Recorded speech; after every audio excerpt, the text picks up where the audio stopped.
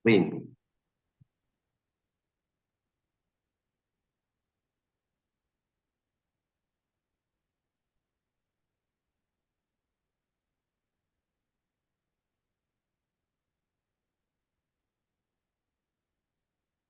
Saudari-saudaraku yang terkasih, hari ini tanggal 16 April adalah peringatan wafatnya Santa Bernadette Soubirous, seorang wanita dari sebuah kampung di Lourdes atau kita biasa menyebut Lourdes yang dipilih secara khusus untuk bertatap muka dengan Bunda Maria berkali-kali.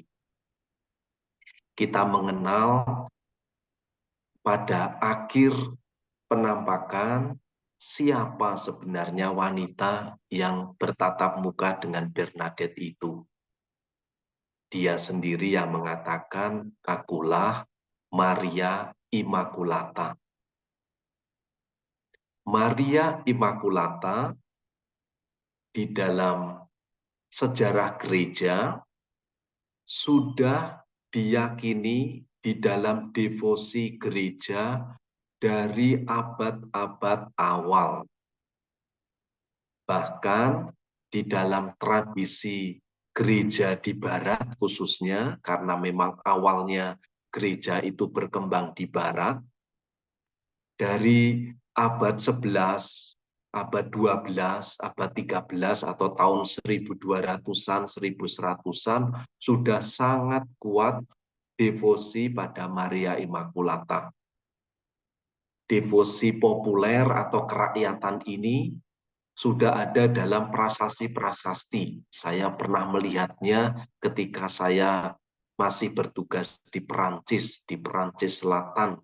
Itu banyak sekali gereja dengan peringatan batu-batu peringatan mengatakan dulu ada pesta devosi Bunda Maria dan Bunda Maria Immaculata.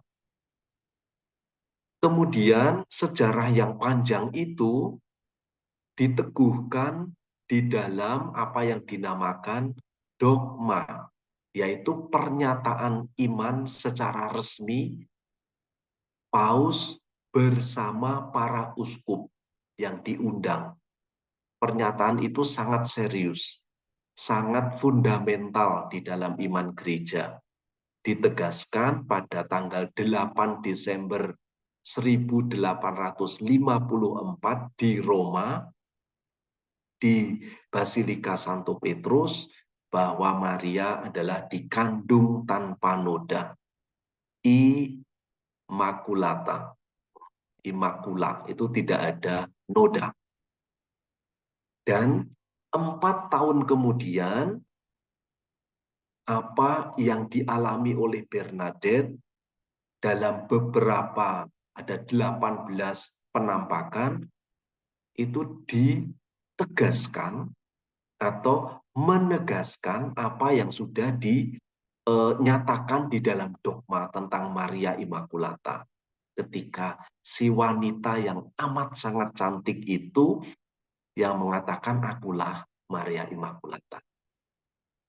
Inilah yang akan menjadi pokok pembicaraan kita.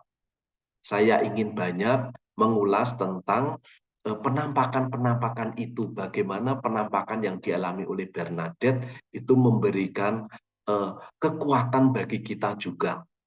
Bagaimana kita meresapkan pesan-pesan Maria dan akhirnya menjadi pesan bagi semua orang yang waktu itu hanya diterima secara rahasia oleh Bernadette. Saya lanjutkan presentasi saya. 18 kali penampakan seorang wanita yang berselubung putih dengan selendang biru, dengan rosario di tangan, dan mawar emas di kakinya. Itu yang dilihat secara berkali-kali oleh Bernadette. Dia tidak tahu namanya. Tidak ada saling kenalan dulu seperti yang kita lakukan. Tapi terjadi begitu saja. Dan itu melalui proses. Prosesnya demikian. Pertama, ketika Bernadette seorang gadis kecil yang menemui atau ditemui atau melihat seorang wanita sendirian, sementara teman-temannya yang lain tidak melihatnya, di sebuah gua di dekat Lourdes. Dari kampung Lourdesnya ke gua itu pada zaman dulu itu kurang lebih ya membutuhkan waktu untuk ke situ. Mungkin sekarang cepat sekali karena tempatnya sudah bagus, ditata rapi, tapi pada zaman dulu tentu tidak seperti itu. Itu membutuhkan waktu sekitar 1 sampai 1,5 kilo ke tempat guanya itu. Nah, di situ dia ditemui oleh seorang wanita. Dia tidak tahu.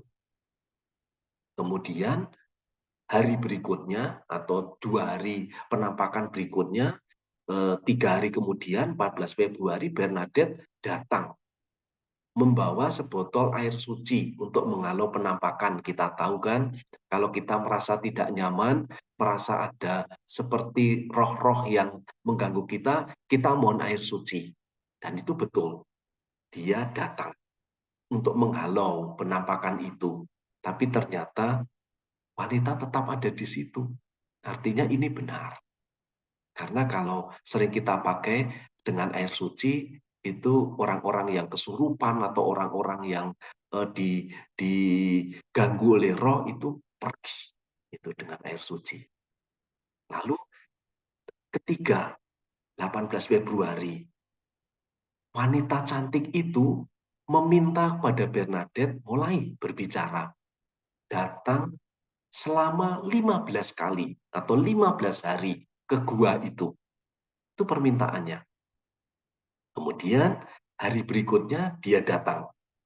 Tanggal 19 Februari, Bernadette datang dengan bersenjatakan lilin bernyala untuk perlindungan. Nah, ini kan 2 proses sudah kita praktekkan di dalam kehidupan kita. Membawa air suci, lalu membawa lilin bernyala untuk perlindungan. Dan banyak orang ikut pada saat itu. Lalu hari berikutnya, 20 Februari, hadir bersama dia lebih banyak lagi, 30 orang. Bernadette bercerita bahwa wanita itu mengajari sebuah doa yang ia doakan setiap hari, namun tidak pernah ditulis atau diajarkan kepada orang lain. Banyak orang mulai menduga wanita itu adalah perawan Maria. Pertanyaannya, mengapa doa itu tidak ditulis? Karena pada saat itu Bernadette itu belum pandai menulis apalagi membaca. Mengapa saya ceritakan itu? Karena ada kisah yang ditemukan kebetulan, boleh dikatakan kebetulan adalah salah satu romo anggota dari kongregasi kami OMI yang waktu itu datang ke Lourdes setelah penampakan itu untuk mengajari bagaimana menulis dan membaca kepada Bernadette itu setelah penampakan itu. Seorang romo, Romo Ferdinand namanya, Ferdinand itu. Nah, oke. Kemudian kita lanjutkan. 21 hari berikutnya yang ke-6 itu lebih dari 100 orang ikut. Lalu wanita itu berkata, berdoalah kepada Tuhan bagi para pendosa. Ini sangat jelas pesannya. Berdoalah kepada Tuhan bagi para pendosa. Permintaannya jelas, berdoa. Bukan yang lain. Berdoa kepada Tuhan bagi para pendosa. Ini mungkin sebuah undangan juga yang terus-menerus bagi kita untuk tiada lelahnya untuk berdoa. Bagi siapa? Bagi orang pendosa. Makin hari kita menemukan banyak pendosa. Banyak sekali daftarnya bertambah. Salah satu dalam daftar itu adalah kita sendiri. Kemudian hari ke-7, itu ada kisah Bernadette itu mulai diinterogasi polisi karena itu menimbulkan atau mengganggu dalam tanda petik ketertiban sosial. 100 orang datang, mulai heboh. Ya kan? Bahkan hari berikutnya 150 orang ikut hadir. Itu bahkan orang yang namanya Jean-Baptiste Estrade itu seorang pegawai pajak itu juga hadir. Perwira militer juga hadir. Mulai penasaran mereka. Lalu Bernadette mengakui bahwa wanita itu menyampaikan rahasia yang hanya Bernadette sendiri yang tahu dan tidak pernah disampaikan kepada orang. Kemudian tanggal 24 atau penampakan ke-8, 250 orang hadir. Dan wanita itu berpesan, penitensi, penitensi, penitensi, atau tebusan dosa, tebusan dosa, tebusan dosa. Itu kata yang sama dipakai setelah kita melakukan pengakuan dosa, melakukan penitensi, yaitu aku yang melakukan kayak tindak menebus syukur sekaligus tindak tebusan atas dosa yang kita lakukan. Berdoalah kepada Tuhan bagi orang berdosa, diulang lagi. Dan ciumlah tanah sebagai tanda penebusan bagi para pendosa. Ini kalau ingat Santo Yohanes Paulus kedua itu juga melakukan mencium tanah. Ya kan? Ini sebuah sikap yang luar biasa, yang tidak semua orang bisa melakukan. Kemudian 25 Februari yang ke-9, wanita itu meminta Bernadette untuk pergi dan minum dari sumber air serta membasuh diri. Wanita itu menunjukkan ke arah bawah, bongkahan batu, karena memang itu daerah berbatu, banyak batu. Bernadette hanya menemukan sedikit lumpur basah. Bernadette mengaduk-aduk tanah, mendapatkan air kotor yang dibuang, disingkirkan dulu selama tiga kali. Kemudian ia meminum air itu, makin jernih. Dan Bernadette juga diminta memakan rumput yang ada di situ. Meskipun Bernadette taat meski tidak tahu apa artinya, maksudnya apa? Disuruh minum air dari sumber di situ, lalu disuruh makan rumput, itu maksudnya apa? Tapi setelah itu penampakan hilang. Ya. Bernadette diinterogasi polisi lagi. Itu tempat itu digaruk-garuk, tempat yang digaruk oleh Bernadette itu mulai muncul mata air. Ada dulunya cuma air lumpur basah saja, pelan-pelan menjadi mata air. Jadi mungkin kita bertanya, ini apa maksudnya? Ya kan? Kita lanjut saja dulu. Kemudian yang ke-10, 800 orang ikut hadir. Makin heboh. Ya kan? 28 Februari, 1000 orang ikut hadir. Dan setelah itu Bernadette diinterogasi oleh Hakim Reeves itu. Mulai ini timbul reaksi keras dari pemerintah karena mereka tidak mau membiarkan hal itu begitu saja terjadi tanpa interogasi atau pantauan dari pemerintah. Dan bulan berikutnya, tanggal 1 Maret itu 1.500 orang hadir. Lalu mulai ada penyembuhan. Seorang ibu rumah tangga itu disembuhkan dari lumpuh di tangannya. Itu dan bisa melahirkan dengan sangat lancar. Dan ini dilaporkan kepada Dr. Pierre Romain Dussault itu yang pelan-pelan mengumpulkan data penyembuhan di mata air itu. Itu penyembuhan pertama 1 Maret. Kemudian 2 Maret wanita itu kembali meminta Bernadette sekarang lain lagi, tidak lagi minum dan makan rumput atau mencium tanah, tapi sekarang dia bilang pergi pada para imam untuk melakukan prosesi dan membangun kapel di tempat ini. Itu didamping oleh 2 tantenya, Bernadette menghadap Romo Paroki di situ, Romo Peramal. Itu lalu yang terjadi seperti sering dalam penampakan-penampakan, dia dilarang untuk pergi ke situ, bahkan diusir. Tidak usah datang ke situ lagi. Kamu nggak usah datang ke sini lagi. Itu bukan sesuatu yang penting. Kamu mungkin malah tidak beres, gitu kan? Pelarangan seperti itu.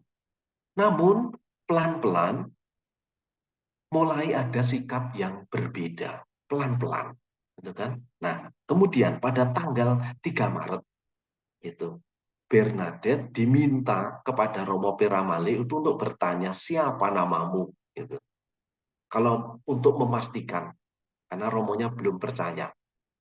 Seperti umumnya, belum percaya, merasa tahu, atau mungkin karena merasa tidak mau ditipu, atau merasa bertanggung jawab, nanti membawa pada kesesatan. Maka umumnya seperti itu. Disuruh tanya dulu, siapa namanya? Tapi ketika ditanya si wanita itu hanya tersenyum dan tertawa, tidak menjawab.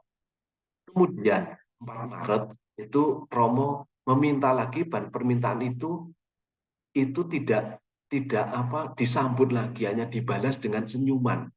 Itu Bernadette dilarang datang, namun hatinya tidak tahan untuk tidak datang lagi ke gua itu. Dia tetap ingin datang ke situ padahal sudah dilarang. Kemudian yang ke-16, 25 Maret. 25 Maret, ini tanggal yang penting. Bernadette bertanya lagi sampai 3 kali tentang nama wanita itu, dan ketika Bernadette bertanya untuk keempat kalinya, wanita itu berhenti tersenyum. Dengan kedua tangan terbuka, wanita itu mengarahkan matanya ke langit, dan kemudian melipat tangannya di dada, dan berkata, "Aku adalah yang dikandung tanpa noda." Itu berbicara pada dialek Oksitan, itu dialek daerah di Lourdes itu, sekitar Lourdes itu ada dialek sendiri namanya dialek Oksitan. Kemudian Bernadette menghadap Romo Piramal untuk memberitahu. Romo itu memastikan apakah itu benar. Lalu Bernadette menjawab, iya benar. Aku tidak lupa, aku mengulang-ulang terus kata-kata itu.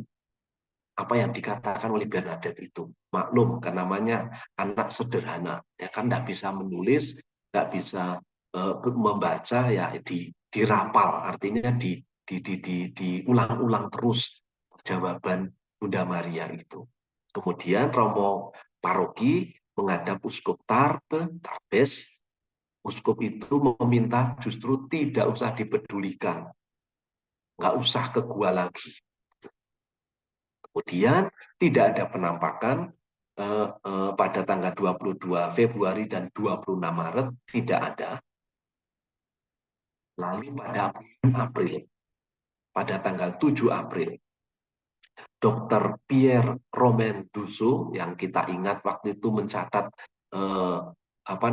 penyembuhan yang pertama dari seorang ibu yang mengandung 9 bulan, dicatat dia yang ragu, tapi dia kini percaya bahwa Bernadette itu sehat, dia tidak mengalami gangguan jiwa. Bahkan dia bersaksi ketika berdoa, Bernadette itu khusyuk sekali, tenggelam dalam ekstase, jadi sangat khusyuk pada saat penampakan itu. Bahkan ketika berdoa rosario, tangannya itu menyentuh lilin yang dia pegang, tapi tidak terbakar. Dia tetap berdoa pada menyentuh nyala lilin itu. Banyak orang turut melihat peristiwa itu. Bahkan kalau diceritakan berikutnya, dokter itu setelah selesai penampakan meminta Bernadette memegang nyala lilin. Bernadette bilang, kamu membakar saya. Artinya ketika selesai penampakan, ya Bernadette seperti yang lain. Tidak dalam ekstase, dia kalau nyentuh lilin terbakar ya akan bakar, akan merasa panas. Gitu. Tapi saat ekstase itu tidak. Itu betapa dalamnya, dalam doa itu sampai dia tidak merasakan panasnya. Itu disaksikan oleh banyak orang. Pada tanggal 8 Juni 1854, Pak Camat Lourdes itu Lemer, ya, Lemer itu Pak Camat, membarikade atau Pak Wali Kota desa itu membarikade dan menjaga gua itu untuk menghalangi orang mendekat. Pengunjung didenda jika berlutut di dekat gua atau berbicara tentang gua itu. Itu reaksi keras pada bulan Juni. Ya, dari pemerintah setempat. Kemudian pada bulan Juli yang ke-18 yang terakhir, penampakan yang terakhir pada 16 Juni, ketika gua di barikade, Bernadette hanya datang dari seberang sungai. Karena persis di depan gua sekitar 40 meter itu langsung ada sungai. Sungai cukup lebar, cukup deras. Nah, dia berdoa di seberang sungai, berlutut di luar pagar pembatas sungai. Bernadette melihat wanita itu amat sangat cantik. Poin ini juga ingin saya tegaskan. Kita selalu melihat patung Bunda Maria, foto Bunda Maria, lukisan-lukisan Bunda Maria selalu muda dan cantik. Ini punya maksud tertentu, yaitu bahwa dia ditampilkan selalu sebagai pribadi yang tanpa celah, simbol wanita sempurna, selalu cantik seperti yang dirindukan oleh semua wanita, selalu cantik, selalu tampil menarik, tampil cantik, anggun, mempesona. Maria itu menjadi simbol kecantikan wanita. Saya tidak berbicara tentang fisik, juga tidak hanya bicara tentang rohani, tapi semua itu sempurna dalam diri Maria. Fisik dan juga hati. Materi dan juga rohani. Semuanya tersatukan terkristalkan di dalam diri Maria. Wanita amat sangat cantik. Ini poin penting untuk kita semua. Menjadikan kerinduan setiap hari, Tuhan, ajarilah aku agar aku boleh menjaga kecantikanku. Itu seperti Bunda Maria. Ini boleh kita doakan dalam kehidupan harian kita. Supaya kita makin mirip Bunda Maria. Kemudian gua itu, singkat cerita, gua itu dibuka untuk publik pada Oktober 1858 oleh perintah Kaisar Napoleon III. Itu cucunya Napoleon Bonaparte. Bernadette sendiri tidak lagi menerima penampakan, dia juga tidak ingin datang ke situ lagi, tapi orang berdatangan ke situ dengan permohonan aneka macam untuk penyembuhan dan aneka macam, dan memang terjadi ratusan penyembuhan yang sudah didaftarkan resmi. Bahkan kalau tidak itu bisa ribuan.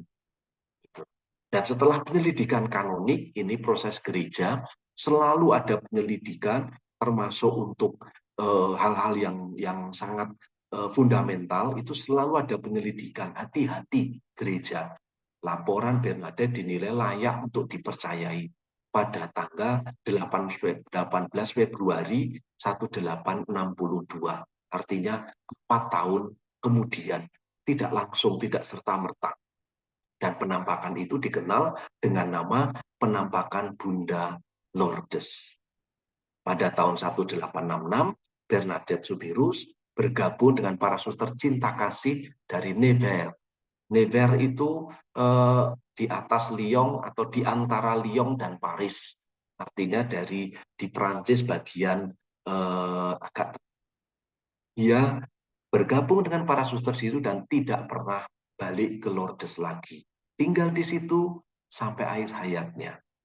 Paus menggelari beliau Beata tahun 1925 dan akhirnya digelari oleh Kudus pada tanggal 18 Februari, dan dia digelari santo pada hari untuk menjanjikan untuk bahagia, bukan hidup di sini tapi hidup nanti.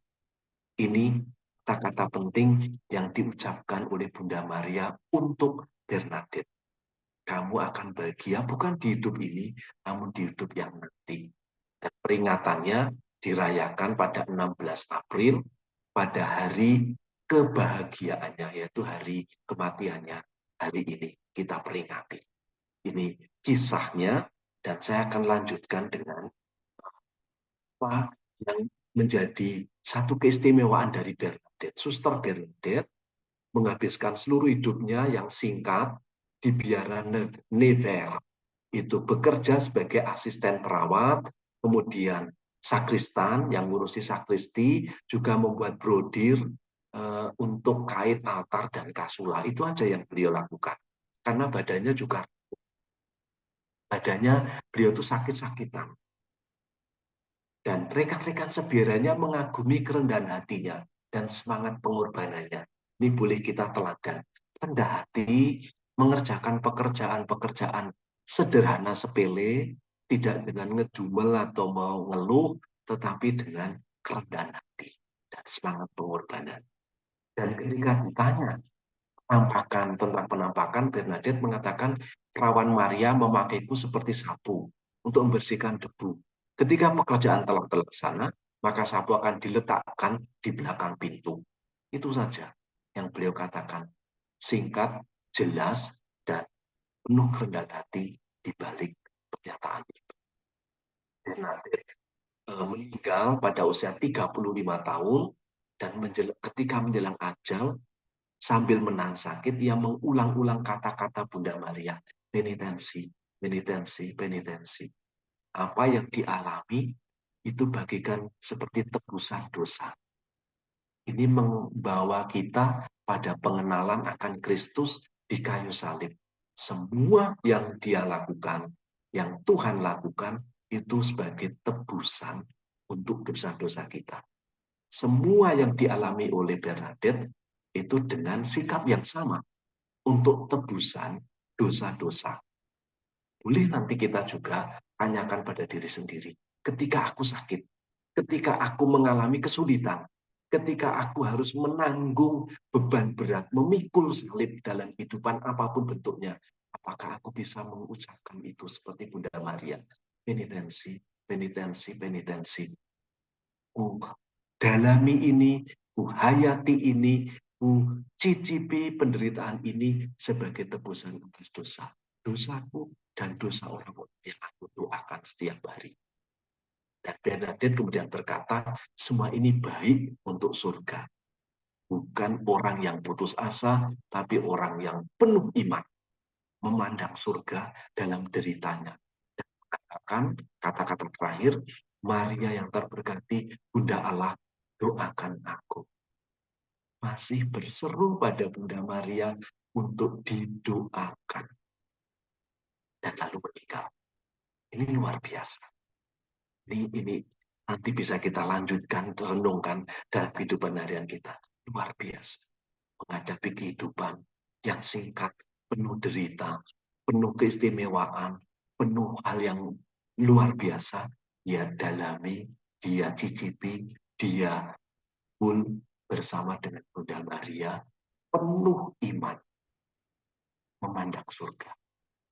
Seperti Santo Stefanus dalam bacaan kita hari ini, memandang surga.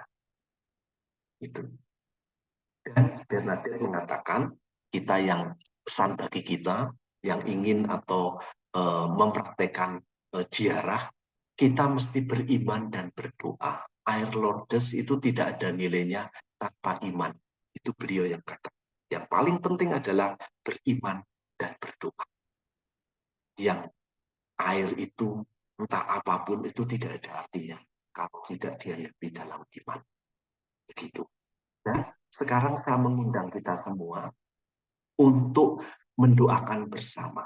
Mungkin saya sendiri yang buka mikrofon, Anda tidak usah, dalam hati saja Anda mendoakan bersama saya. Doa kepercayaan pada Maria. Terpujilah engkau Bapa, sebab engkau telah menciptakan Maria begitu cantik dan memberi kami Maria sebagai ibu pada saat di kaki salib Yesus. Terpujilah engkau yang memanggil kami seperti Bernadette untuk melihat Maria dalam terang dan meminum air di mata air hatimu. Oh Maria, engkau mengerti kemiskinan dan dosa kami dan dunia. Hari ini kami ingin memasrahkan hidup kami tanpa syarat. Untuk kau lahirkan kembali setiap hari melalui Roh Kudus. Kami ingin menghayati hidup Yesus sebagai pelayan hina bagi saudari-saudara kami. Ajarilah kami Maria untuk menyambut hidup dari Allah. Ajarilah kami akan kesanggupan hati. Dia yang mengatakan iya kepada Allah, yang memintanya menjadi ibu bagi sang sabda yang menjadi manusia. Amin. Terima kasih. Terima kasih Romo Hendrikus atas pengajaran dan permenungan yang sangat indah dan mendalam pada malam hari ini.